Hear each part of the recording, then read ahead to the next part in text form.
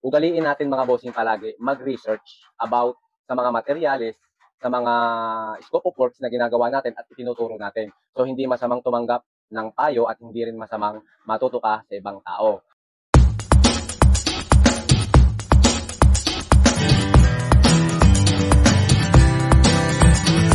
At so yun mga bossing, so happy Sunday sa ating lahat. So for today's video ay meron tayong gagawing tutorial video about sa skim coat. So dahil marami na akong naririnig, napapanood ng mga maling information about sa skim coat. So kaya naman nandito ang July Ems para bigyan kayo ng tips and idea kung ano nga ba ang tama about sa skim coat. At kung ano-ano nga ba yung mga dapat natin gawin, mga dapat gamitin na materials, at kung ano nga ba talaga itong si skim coat. Pero bago tayo mag-umpisa mga boss, panoorin muna natin ang video na to. Kunting tips lang mga boss. Kapag skim coat ang ginamit yung pangmasilya sa inyong mga bahay, ay iwasan nyo po ang gumamit ng mga water-based na primer. Dahil malaki po ang tsansa na matutuklap lang yan. Recommended ko po na solvent-based primer ang gamitin nyo. Dahil ang mga solvent-based primer ay subok po ng matibay pagdating sa mga skim coat na masilya. Ayan, so yun mga bossing, so napanood nyo yung isang short video about sa skim coat at saka sa primer na ginagamit. So alam nyo mga bossing, maganda naman yung kanyang gustong ipahatid. Na talaga namang maganda naman talagang gamitin sa skim coat ay mga solvent type or yung mga oil-based primer.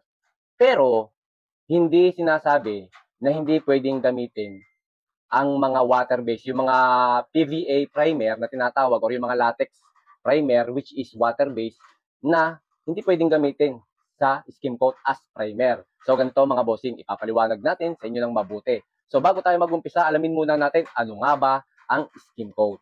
So ang skim coat mga bossing ay isang joint compound, cementitious, na siya ay minsan na ginagamit siya which is gamit siya sa mga gypsum board base, and then merong mga cement base. Depende mga bossing ang skim coat sa specification at saka sa depende sa gagamitin. So maraming uri ng skim coat mga bossing, hindi lang iisa. So ngayon, ano nga ba ang mga ingredients or mga materyales na ginamit para mabuo ang isang skim coat? So ang skim coat ay syempre naglalaman niya ng white cement. Meron niyang calcium, meron niyang yung calcium carbonate, may mga polymer powder, may mga additives, mga various additives, may mga cellulose yan, fine aggregates. So yun mga bossing ang materyales na bumubuo sa skim coat. So saan nga ba natin ginagamit ang skim coat? So ginagamit natin ang skim coat para maging makinis or mapakinis natin yung surface na mayroong bako-bako, may mga cracks, may mga imperfection. Yun ang gamit sa madaling salita. Ito ay pangmasilya para maging makinis yung isang wall or pader or any surface na gusto nating pakinisin. Ayan mga bossing. So ano nga bang pag-ayong sa application naman nito mga bossing, ang skim coat ay pwede nating i-apply gamit ang roller, trowel, rodelang bakal, spatula, scraper, depende sa surface na gagawin natin. Kung maliit, malaki, magaspang, makinis. So iba't iba ang pwede natin gamitin ng mga tools, okay? And then ito na papasok, ano nga ba yung mga primer na pwede natin gamitin sa skim coat? Okay, so number 1, unahin natin yung PVA primer. Ito na mga bossing. Ang PVA primer, ito na yung ginagawa or gawa sa mga latex paint or yung tinatawag na mga water-based. So, ibig sabihin, malinaw na sinasabi na pwede tayong gumamit ng mga water-based as primer sa ating skim coat.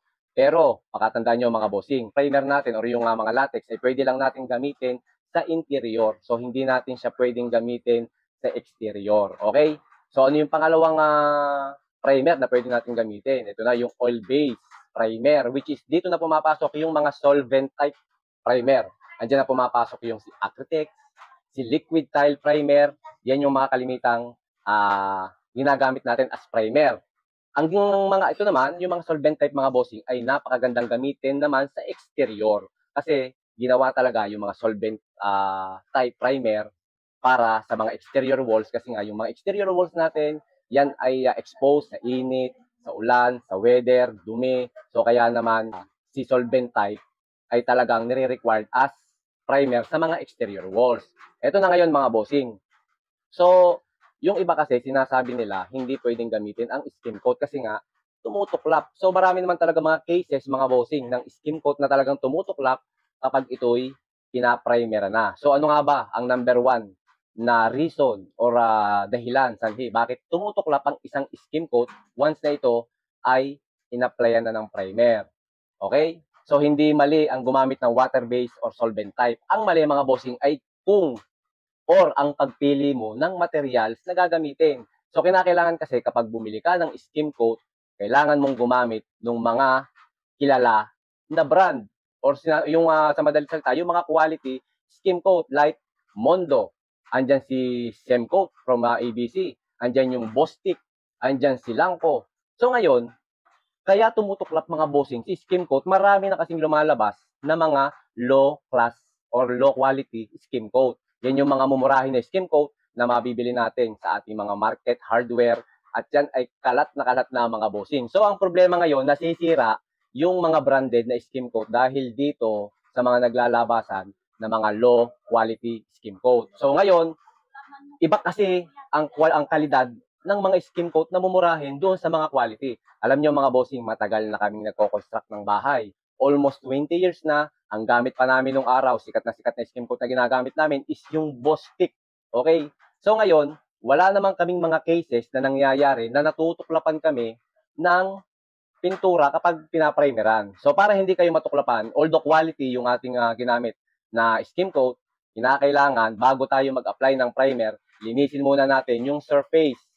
Kasi ang skim coat mga bossing, pag in-applyan, yan ay nililiha kapag yan ay tapos na. Ngayon, kapag niliha yan, so meron yung mga alikabok na nakadikit doon sa mga walls natin, ceilings, columns, or any surface na in-applyan ng skim coat. Kapag hindi natanggal yung alikabok na yon at pinagulungan natin, pinadaanan ng primer, tutuklap talaga siya. So, kaya kinakailangan, anong gagawin? Bago mag-apply ng primer, linisin muna. Mas maganda, punasan ng basang-basahan, pagulungan ng roller na may tubig, and then patuyuin after or bago mag-apply ng primer. So, para hindi tumuklap. And then, syempre mga bossing, gagamit din tayo ng mga quality primer. So, kinakailangan, minsan kasi nagiging sanhi din ng tumutuklap. Although gumamit tayo ng mamahaling skim coat, so gumamit naman tayo ng mumurahing primer. Alam nyo mga bossing, pinaka-importante sa lahat ng painting works ay primer.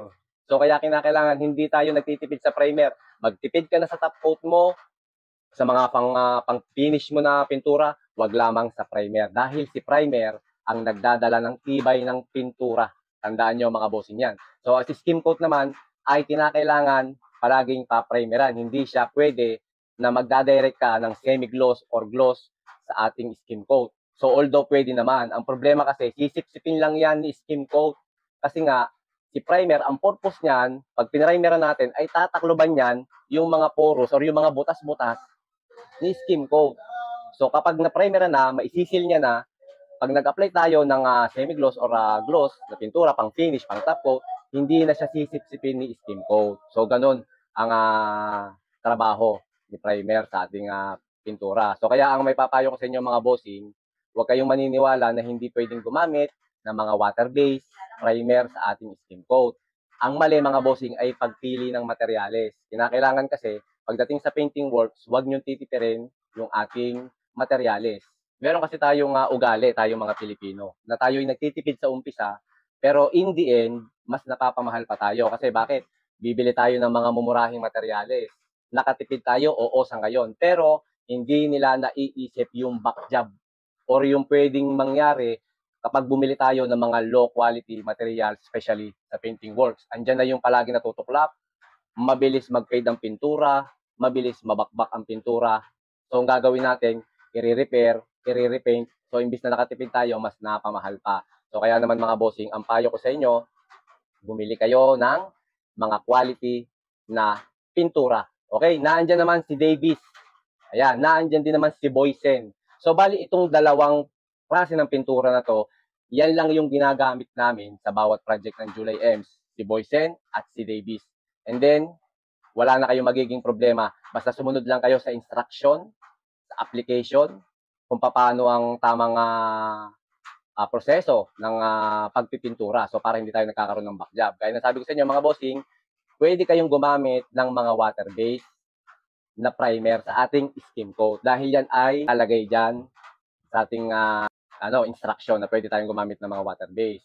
Pero kung kayo galante mga bossing, abay, pwede kayong gumamit ng solvent base sa buong bahay ninyo. Kayo lang naman kasi ang tatanungin doon kung kaya nyo yung budget. Pero syempre, kung nagtitipid-tipid tayo, pwede naman tayong mag-water base lang sa interior or sa loob ng kabahayan. So, wag tayong magpa-primer ng water base sa labas. Kinakailangan laging solvent type sa labas. Okay, mga bossing? So, yan yung video natin for today. And then, kung meron tayong kulang na nasabi, kulang na nabanggit, ay i-comment nyo na lang mga bossing. At syempre, ugaliin natin mga bossing palagi mag-research about sa mga materyales, sa mga scope of works na ginagawa natin at itinuturo natin. So, hindi masamang tumanggap ng payo at hindi rin masamang matuto ka sa ibang tao. So, kinakailangan, bago tayo maglabas ng information dito sa social media, kinakailangan mag-research muna tayo.